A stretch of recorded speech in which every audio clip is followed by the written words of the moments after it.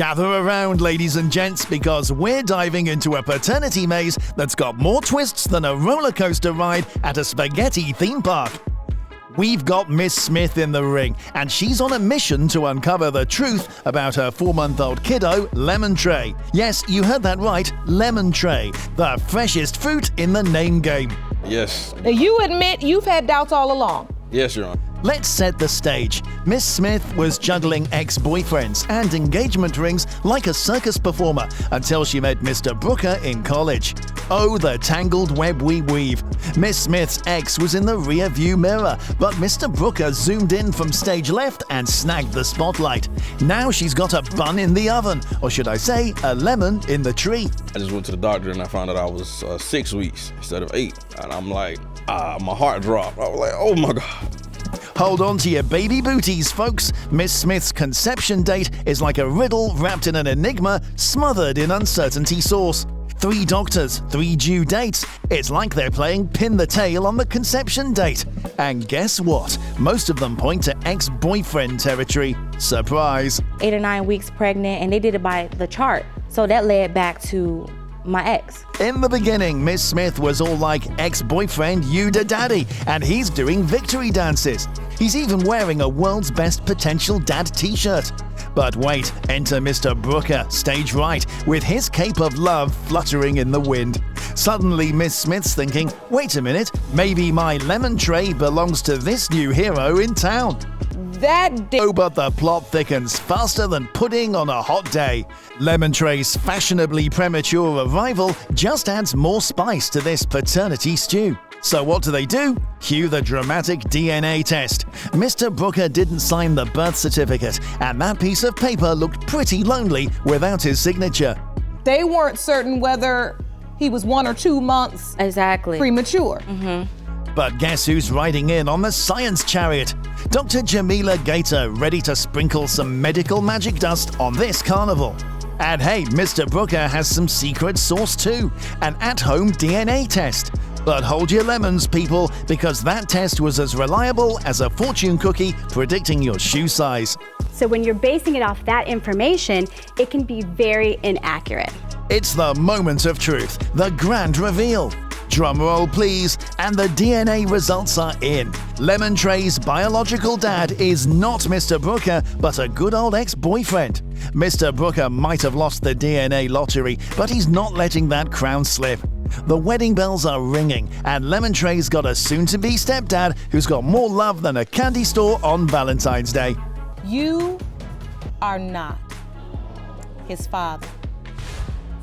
So there you have it, folks, a paternity court saga that's more tangled than a slinky in a blender. Grab some tissues, grab some popcorn, and let's raise a glass to the drama, the love, and Lemon Tray, the kid with the zingiest name in town.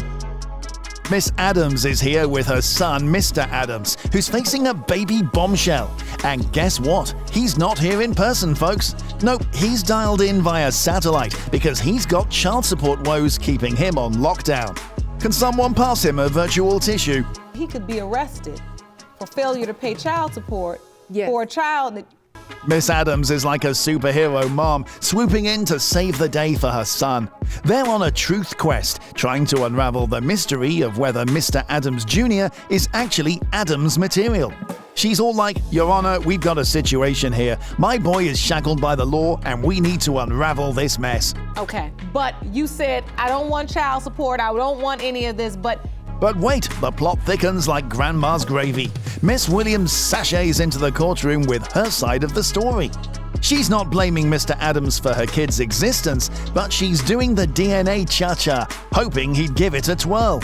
But oh no, Mr. Adams didn't show up to the DNA party, and voila, the law crowned him daddy by default.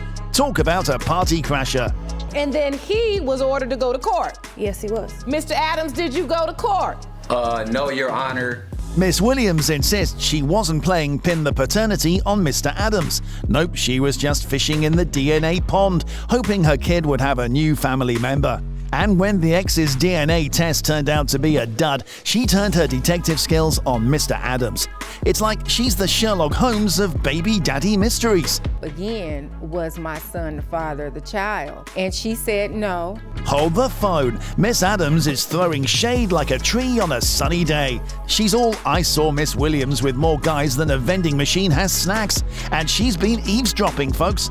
Apparently, she's got superhuman hearing and overheard Miss Williams spilling the beans about Mr. Adams not being on the kids' to-do list. Person that ever watched my kid when I was dancing was my mom, most of the time. You're lying, because you said your mother didn't like. But Miss Williams isn't taking this lying down. She's battling away those accusations like a pro.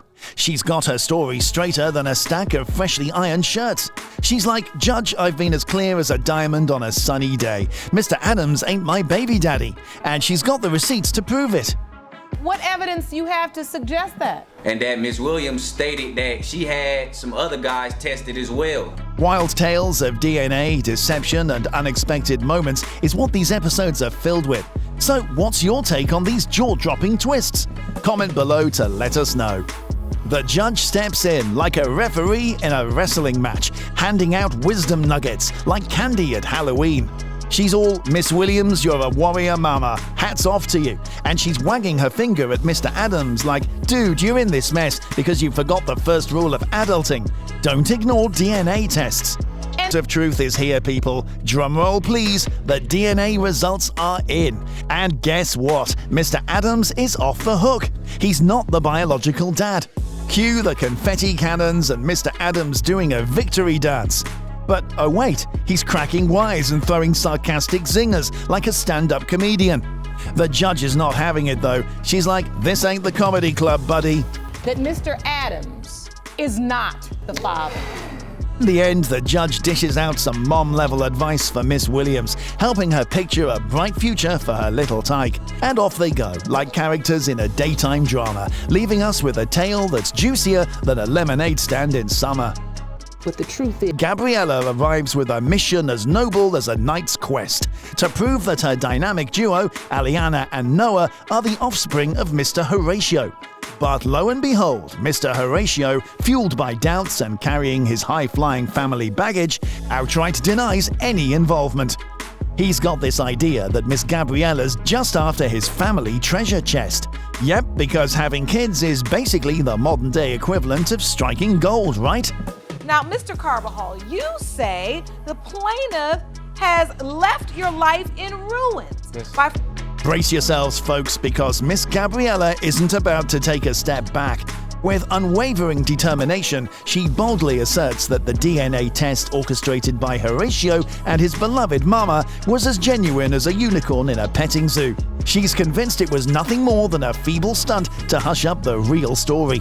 Applause Miss Gabriella for exposing the DNA theatrics. And he was still in shock, telling me that he didn't want to have a baby with someone he did not love. Hold on.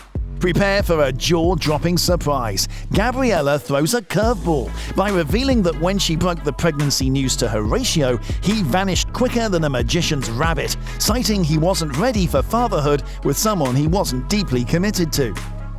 But hold tight, the drama doesn't end there. Horatio's supportive sister chimes in, insisting she spotted a man on Gabriella's phone who uncannily resembled Aliana, and another who was a Noah lookalike. The doubts are like wildfire, spreading faster than family reunion gossip. When they were born, they didn't look nothing like us. My mom and my dad were saying Your daughter did look that like you. they had nothing. No worries, Horatio is armed with a defense. He claims to have supported both kids, even with doubts. How did he prove it? He DIY'd a DNA test, which, shocker, came back negative. But hold the applause, because Gabriella won't buy it. She wasn't there, yet she's daring to doubt the DIY results. The nerve. How dare she question home science? So now we've administered a new test because the bottom line is I can't accept the result. But then the moment of truth arrives, folks. The paternity results for Aliana are revealed, and lo and behold, Horatio is not the father. The judge's fury ignites like a raging inferno, scolding Gabriella for her web of lies that have ensnared the court and tormented poor Horatio and his family. Tears flow, but the judge, she shows no mercy, for it is the children who deserve to know their true father. Bravo, Judge Lauren, the heartbreaker of justice. Is that lie you told saying you weren't sleeping with nobody else? Hold tight, because more heartbreaks in store. Noah's results reveal Horatio isn't his dad either. Gabriella's castle of lies crumbles, leaving her drowning in shame. She squeezes out an apology, finally admitting she knows the real father. You are not Noah's father.